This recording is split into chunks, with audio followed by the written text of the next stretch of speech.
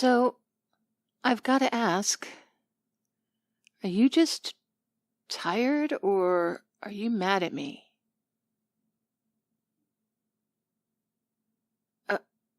Okay, that's not an answer. And that makes me feel like you're mad at me. Why are you mad at me?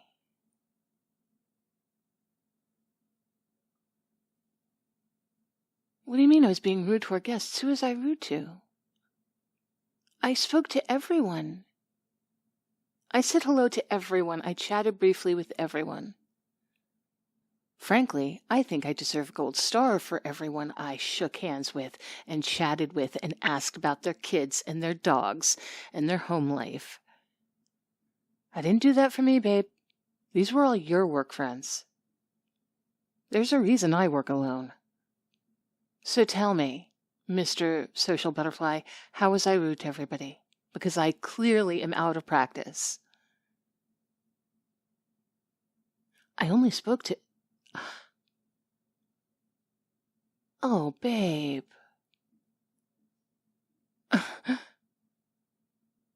Cupcake, are you feeling jealous? You can tell me if you're feeling a little insecure here. I mean, it's okay. We all have those moments. When we care about something, it's natural to sometimes worry about losing it. And given your past, I could hardly blame you if the thought crossed your mind that, your girlfriend might cheat. I mean, I wouldn't. I want you to be clear on that. What's going on right now is not actually a threat to you. I promise you that. But I would get it if you felt that way, if you were worried about that. So, is that what that is? Is this a little jealousy? I'm sorry if you felt like you weren't my favorite person in the room, even for a minute.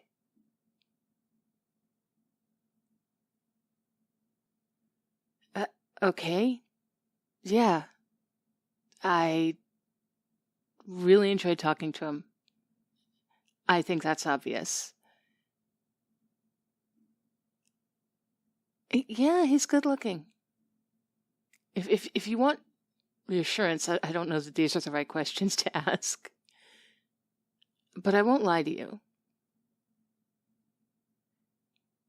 Okay, how about we try this? How about you stop asking questions for a minute and you let me say what I think might help, so that there's no question in your mind that these words are coming from me and you're not guiding me to say what you want to hear. Okay? All right. I really enjoyed his company. He was funny, and he was smart, and he was interesting, and he was good looking.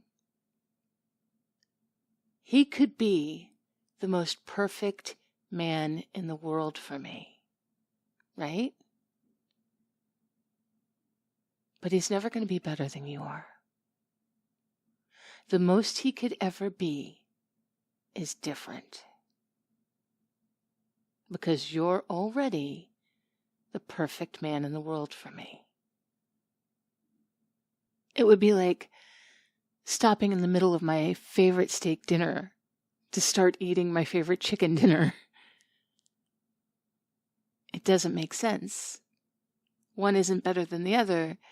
They're just different, so I might as well finish the one that I've started with and not ruin 2 dinners. Does that make sense?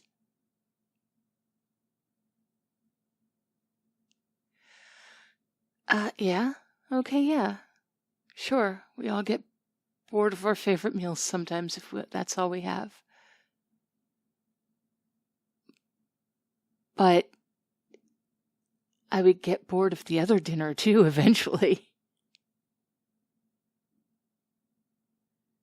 And let me be clear.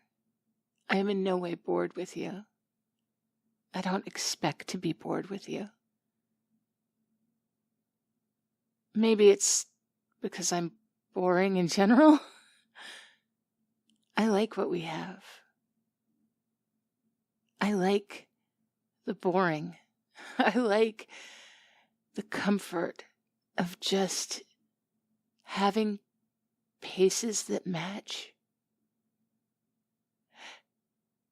I liked his sense of humor, but I like yours. Yours suits me to a T. He was beautiful to look at, obviously, but... Sorry, I know that didn't help, but let me finish the sentence. He was beautiful to look at, but looks will always improve or decrease based on how well you like the person. You have always gotten better and better looking to me. I would love to be able to tell you why I love you. But I can't. Because it's not just one thing. And it's not even one thing more than others. I love how I like your hair best when you like it the least, when it's just a little bit longer than you like it. I love that sound you make when you yawn that I don't know how you do. I love your sense of humor. I love the way you look at me and play the straight man when I make some stupid joke. I love the way you mock me, and I love the way I mock you and you take it very well. I love that we are just the same level of tidy, and I love that our spending and saving habits are in alignment. I love that our interests overlap but aren't identical. I love that we both like to sleep in just the same amount. I love that you know my body like nobody else does. And I adore what you do with it. I love the way we fit together. Physically and intellectually and emotionally and spiritually. And all of those things don't add up to why I love you. But they do help me illustrate a point. That another man or woman could be every one of those things. They could overlap in different interests. They could align in other ways. They could be every bit as perfect for me as you are. But it wouldn't matter. Because they could never be better. They could never be more perfect for me than perfect. And you're perfect for me. So if they could never be better than you are,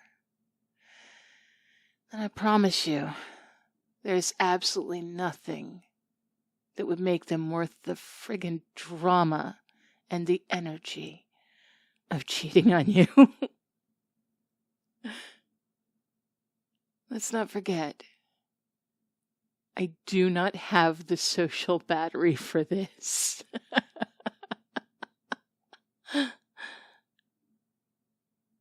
So yes, I really enjoyed chatting with him. He was super funny and interesting and cute, but he is zero threat to you. Because even if he had everything that you have, and I don't think he does, but even if he had everything that you have to offer, what he could never have is the years that we've been together, the life that we've lived together. And that means so much to me. You know, I really wish you would come closer instead of standing across the room, seething and feeling insecure. Okay, fine, not seething. I wish you'd come closer. if you'd come close enough to hear what I was laughing about, what I was flirting with him over. I was talking about you the entire time. Funny things you'd said, witty things you'd done, insightful comments you'd made. I can see how I was probably a little flirty, but there was no question in his mind who I absolutely adored. So, did that help? Do you feel better? Okay. I love you. And I would love it if you never felt jealous or insecure or threatened or uncertain about that. But I get it. We all do sometimes. I do. Oh, yeah. Definitely. You work late too many days in a row, and I start to get a little worried about if there's something I should know, or have you just stopped caring about being around me? Are you bored with me? That type of thing. But you always come back eventually after a few weeks of being very busy. And eventually I got to just recognize it as part of your routine, part of the rhythm and flow of the years. That there are certain times of year that I'm just not going to be able to see you as often. And that made it easier. I mean, I still miss you when that happens, but I don't feel as insecure about it. But if ever you're feeling insecure, if ever you're feeling threatened, if you're ever feeling uncertain, I hope you'll come tell me. Because I'm pretty certain I can clear that shit right up. I don't see a time in my life when I don't adore you. And let's face it, you know me. I will let you know when I'm upset. If there's something wrong, you will never have to guess.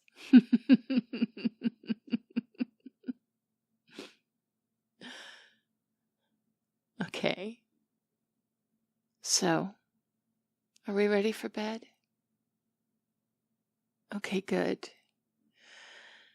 Because not for nothing, even with the one guy I liked talking to you, there were so many people, it was so much.